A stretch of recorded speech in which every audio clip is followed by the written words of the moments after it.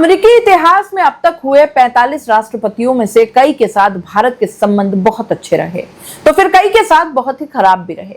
Soviet रूस को Asia में पटकनी देने के लिए अमेरिका का शुरू से ही झुकाव पाकिस्तान के पक्ष में रहा, और यही कारण है कि बिल क्लिंटन के पहले जितने भी राष्ट्रपति अमेरिकी राष्ट्रपति हुए, सबका भारत के साथ संबंध उतने अच्छे नहीं रहे।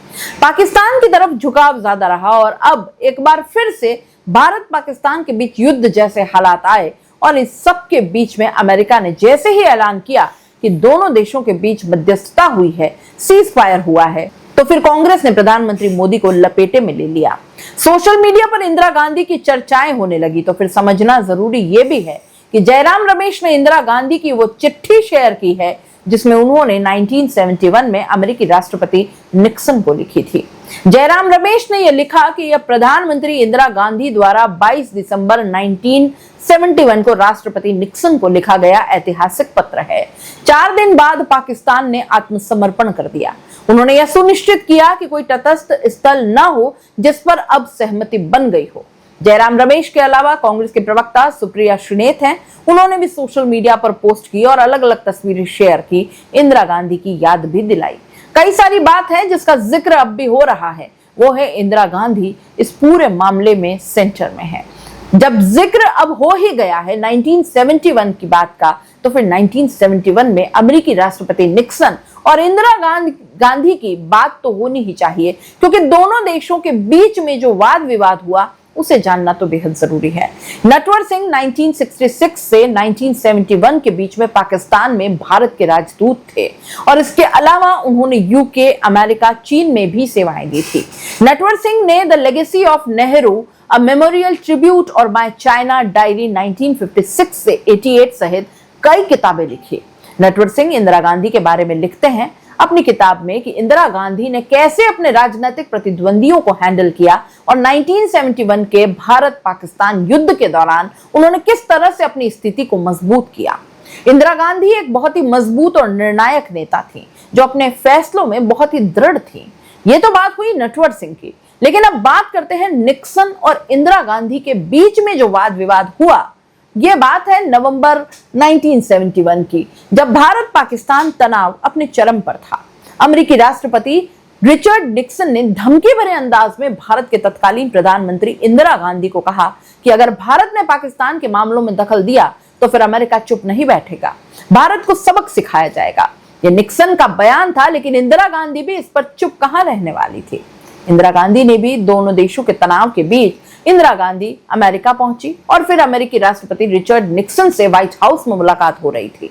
निक्सन ने जैसे ही भारत पर यह टिप्पणी की, तो फिर इंदिरा गांधी निक्सन की आंखों में आंखें डालकर दृढ़ता से जवाब देती हैं। इंदिरा गांधी अपने जवाब में कहती हैं कि भारत अमेरिका को मित्र मानता है, मालिक नहीं।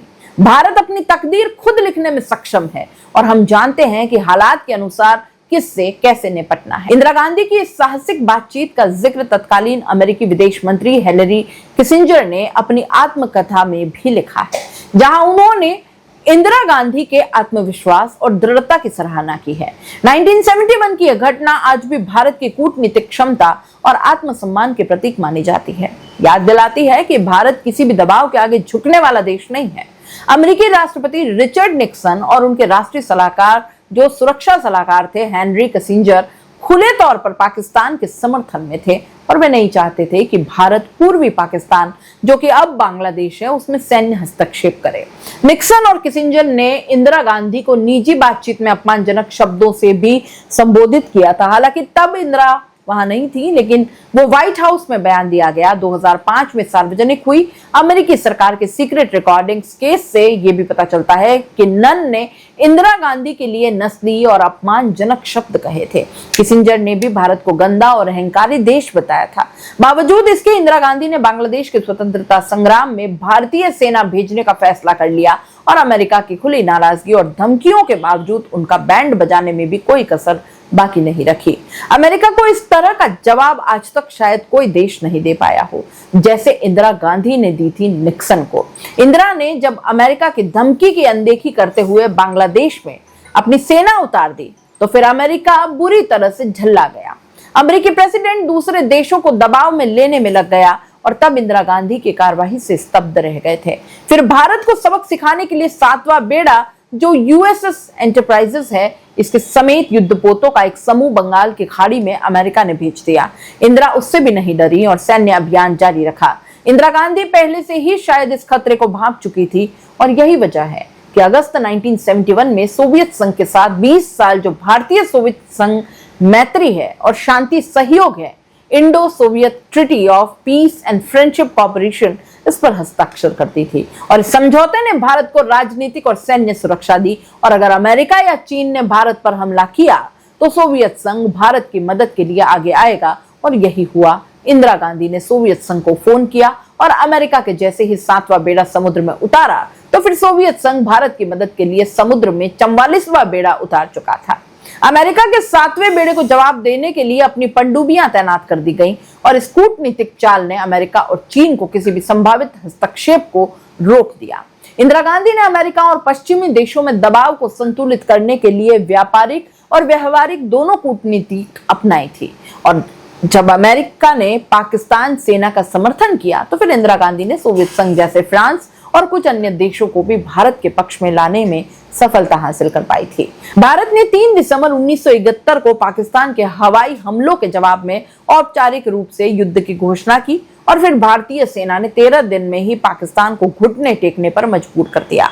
16 दिसंबर 1971 को ढाका में जनरल ए नियाजी ने 93,000 पाकिस्तानी सैनिकों के साथ आत्मसमर्पण कर दिया, जो कि द्वितीय विश्व युद्ध के बाद सबसे बड़ा आत्मसमर्पण है। और इंदिरा गांधी ने अमेरिका के खुले विरोध के बावजूद बांग्लादेश युद्ध में सैन्य कार्यवाही की और एक नए देश को जन्म दे दिया। और इसी का जिक्र अभी हो रहा है जब अमेरिका ने तीसरी बार भारत और पाकिस्तान टेंशन में एंट्री ली है तो फिर अमेरिका की चर्चा होने लगी और साथ ही साथ इंदिरा गांधी की बहादुरी की भी और निडरता की भी। इंदिरा गांधी किसी के दबाव में नहीं आई थी और अमेरिका के लाख दबाव के बावजूद उसने पाकिस्तान के 2 हिस्से कर दिए और इसी वजह से सोशल मीडिया पर इंदिरा गांधी भी खूब ट्रेंड हो रहा है। तो ये थी पूरी कहानी अमेरिका और इंदिरा गांधी की। उम्मीद करते हैं ये कहानी आपको बेहद पसंद आई होगी। आई हो तो चैनल से जुड़िए और सब्सक्राइब जरूर कर दीजिए। नमस्कार।